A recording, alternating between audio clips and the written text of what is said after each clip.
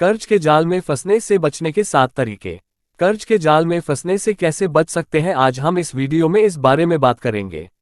दोस्तों, अंग्रेजी की एक बहुत फेमस कोट है, prevention is better than cure, जिसका हिंदी में मतलब है बीमारी हो जाने के बाद इलाज कराते फिरने से बेहतर है बीमारी से बचे रहना। और चूंकि कर्ज के जाल यानी डेट ट्रैप में फंसना और घुट घुट कर जीना एक भयंकर बीमारी की तरह ही है, और इसलिए आज के इस वीडियो में मैं आपको 7 ऐसे तरीके बताऊंगा जिसको अमल में लाकर आप इस कर्ज के जाल की बीमारी से बचे रह सकते हैं। कर्ज के जाल में फंसने से बचने के 7 तरीके। कर्ज के जाल में फंसने से बचने के ये तरीके आसान है, सिंपल है, जरूरत है इन तरीकों याद रखते हुए अमल में लाने की। अब आइए इन 7 तरीकों को एक एक करके डिटेल में जानते हैं। 1. नियमित पैसे की बचत करना। सुनने में कितना सिंपल लगता है ना, रेगुलर पैसे की बचत करना। जी हाँ, यकीन मानिए आप इस सिंपल तरीके को अमल में लाकर भी कर्ज के जाल में फंसने से बच सकते हैं। आप कहेंगे कैसे, तो आप ही मुझे बताइए कि कोई आदमी कर्ज लेता कब है? तो जवाब है जब उसके पास पैसे की कमी होती है।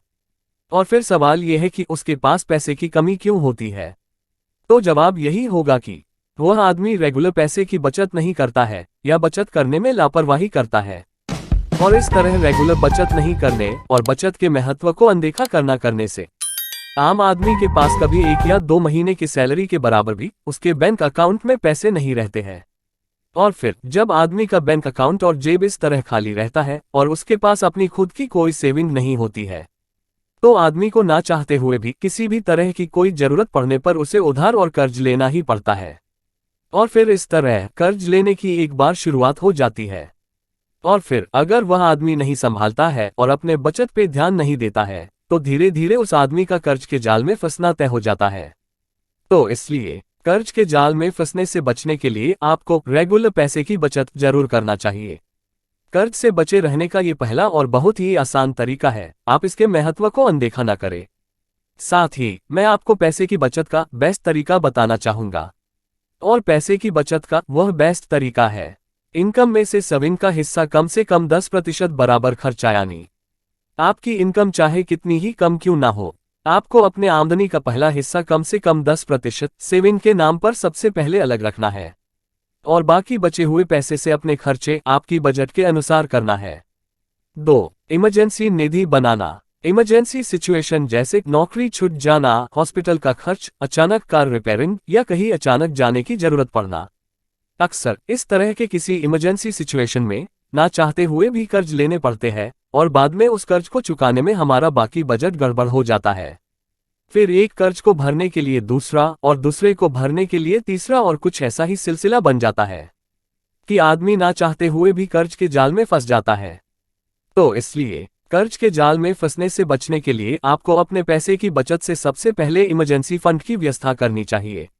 आपके पास अपने हर महीने के खर्च के 6 गुना रकम का इमरजेंसी फंड होना ही चाहिए, ताकि आप इमरजेंसी के समय आपको किसी से उधार या कर्ज न लेना पड़े। जैसे अगर आपके हर महीने का खर्च 15,000 रुपये है, तो आपके पास इमरजेंसी फंड के लिए 15,000 का 6 गुना यानी 90,000 रुपया होना चाहिए। 3. बजट बनाना और आमदनी तथा खर्च के बीच संतुलन बनाना। आपने एक देसी कहावत जरूर सुना होगा, आमदनी अट्ठानी और खर्चा रुपया, यानी आमदनी से अधिक खर्च करने वाले लोगों का कर्ज के जाल में फंसना लगभग तय होता है, उन्हें कोई नहीं बचा सकता। इसलिए अगर आप कर्ज के जाल में फंसने से बचना चाहते हैं, तो आपको अपनी आमदनी और खर्च के बीच एक बैलेंस बनाना होगा।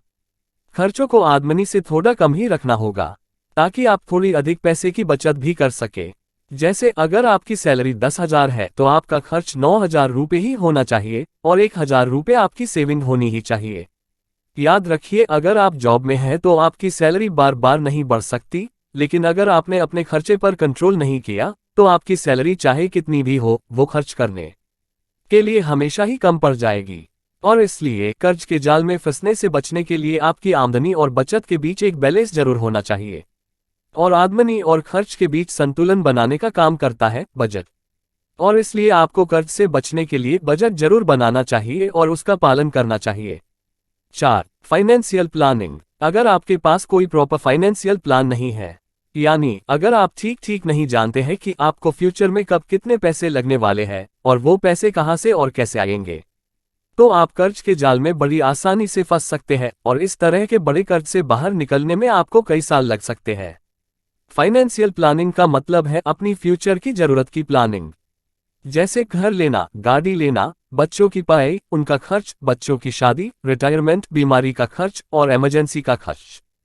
फ्यूचर में हमारी जरूरतें क्या होगी और कितनी होगी, इसका ठीक ठीक अंदाजा लगाने में अक्सर लोग चूक जाते हैं। और यही कारण है कि अगर घर में शादी होती है तो पैसे कम पड़ जाते हैं और कर्ज लेना पड़ता है।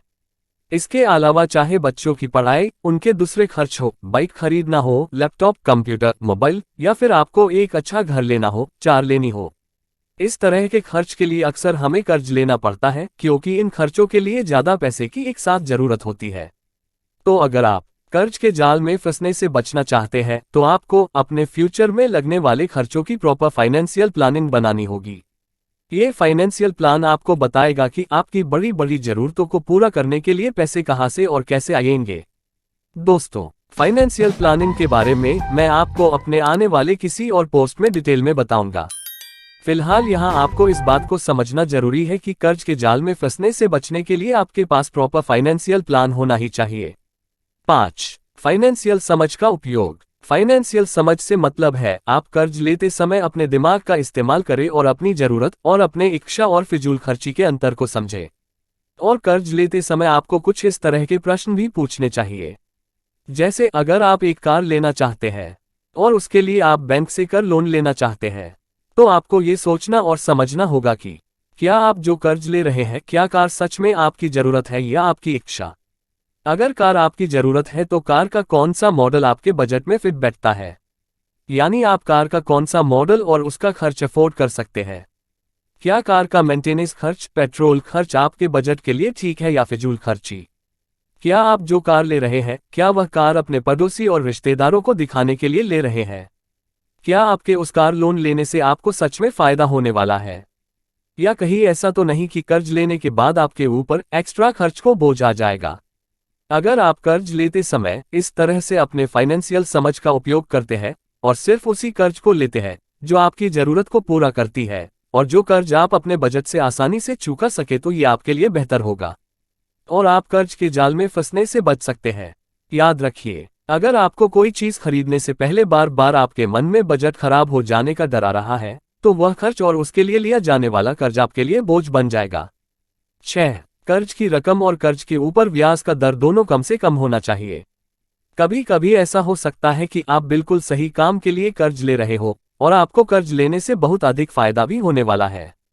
तो ऐसे में उस कर्ज से आप किसी कर्ज के जाल में फंसने से बच सके, इसके लिए बहुत जरूरी है कि आप अगर लोन लेते हैं यानी कर्ज लेते हैं तो कम से कम कर्ज ले, जितना कम हो सके आपका कर्ज उतना कम ही होना चाहिए। और ऐसे में एक और इम्पोर्टेंट बात आती है कर्ज के ऊपर लगने वाले ब्याज के रेट की। आप कोशिश करिए कि आप जो लोन ले रहे हैं या जो कर्ज ले रहे हैं उस पर ब्याज दर कम से कम हो। कर्ज के जाल से फंसने से बचने के लिए कम से कम ब्याज दर का नियम हमेशा याद रखिए। और ऐसे में अगर आपने पहले ही कोई कर्ज लिया हुआ है तो उस कर्ज का ब्याज दर कैसे कम कर सकते हैं, इसके बारे में जरूर विचार करते रहिए, क्योंकि कर्ज के जाल में फंसने का एक बहुत बड़ा रीजन होता है महंगे ब्याज दर कर्ज लेना। इसलिए आपको कर्ज के जाल में फंसने से बचने के लिए इन 2 बात को जरूर ध्यान रखना चाहिए। पहला, आपके लोन का अमाउंट कम से कम हो। दूसरा, आपके लोन पर लगने वाला ब्याज दर भी कम से कम हो। 7. आपके पूरे कर्ज का कुल ईएमआई आपके इनकम के 25% से ज्यादा नहीं होने चाहिए। यानी अगर आप कर्ज के जाल से बचे रहना चाहते हैं तो इस नियम को जरूर याद रखिए। आप जितना भी कमाते हैं उसका अधिक से अधिक 25% हिस्सा ही आपको अपने कर्ज को चुकाने में इस्तेमाल करना ठीक माना जाता है। जैसे अगर आपकी सैलरी है 20,000 तो 20,000 सैलरी का 25% होगा 5,000। तो ये 5,000 रुपये ही आपके सभी कर्ज और उसके ईएमआई का टोटल होना चाहिए, चाहे होम लोन ही क्यों ना हो। और अगर आपका कुल ईएमआई आपकी इनकम के 25% से ज्यादा है तो आपको 2 काम करने होंगे। पहला ये कि या तो अपनी इनकम बढ़ाने का पूरा प्रयास करिए ताकि आपकी कुल ईएमआई का टोटल आपके 25% इनकम से कम हो जाए, और दूसरा ये कि आपको अपने कर्ज की ईएमआई को किसी भी तरह से कोशिश करके 25% से कम कर लो। योजक चिन्ह। आशा है इस वीडियो में बताए गए तरीकों को आप जरूर याद रखेंगे और इन तरीकों का इस्तेमाल करके कर्ज के जाल में फंसने से बच सकेंगे। आप अपने कमेंट और सुझाव और सवाल नीचे लिख सकते। और अगर अभी तक आपने चैनल सब्सक्राइब नहीं किया तो जरूर कर ले, जिससे आने वाले वीडियो आप तक पहुंचते रहे। धन्यवाद।